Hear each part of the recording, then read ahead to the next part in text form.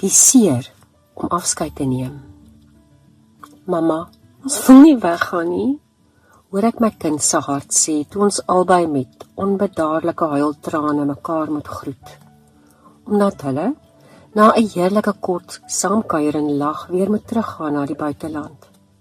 Ons weet ons gaan mekaar dalk eers weer oor 'n jaar sien. En ons harte is so seer.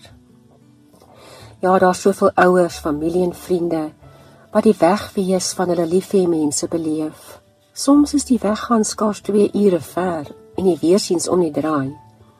Maar dan is daar die kere wat die weg van mekaar wees, lang tye van verlang en mis mekaar is.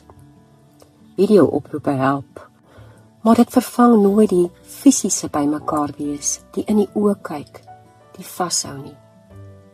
En dan natuurlik die oneindige seer van 'n geliefde wat nie meer in vlees en bloed by ons is nie.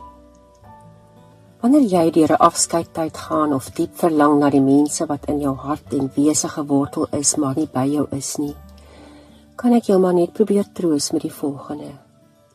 Jou Here weet van afskeid neem, en hy ken die diep bang en seer van verlatenheid, van wegwees, van verlang. Hy was rouseer toe hy sy mense moes agterlaat, omdat hy 'n groter reis moes onderneem. Maar dan moet ons altyd onthou dat sy gees, wanneer jy verlang na die mense ver van jou, meer as met begrip en deernis by jou is. Jy sal onthou toe hy opgevaar het hemel toe, hoe hy 2 mans gestuur het om sy weerlose disippels te troos met die woorde in Handelinge 1:10. Hoekom staan julle so na die hemel en kyk?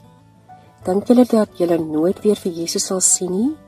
Dieselfde Jesus sal op presies dieselfde manier weer terugkom na julle toe.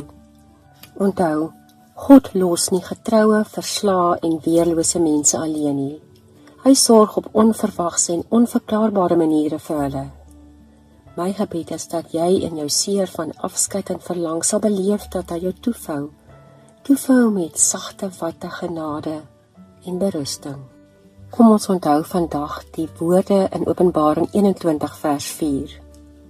As daar trane oor julle wange loop, sal God self dit afdroog.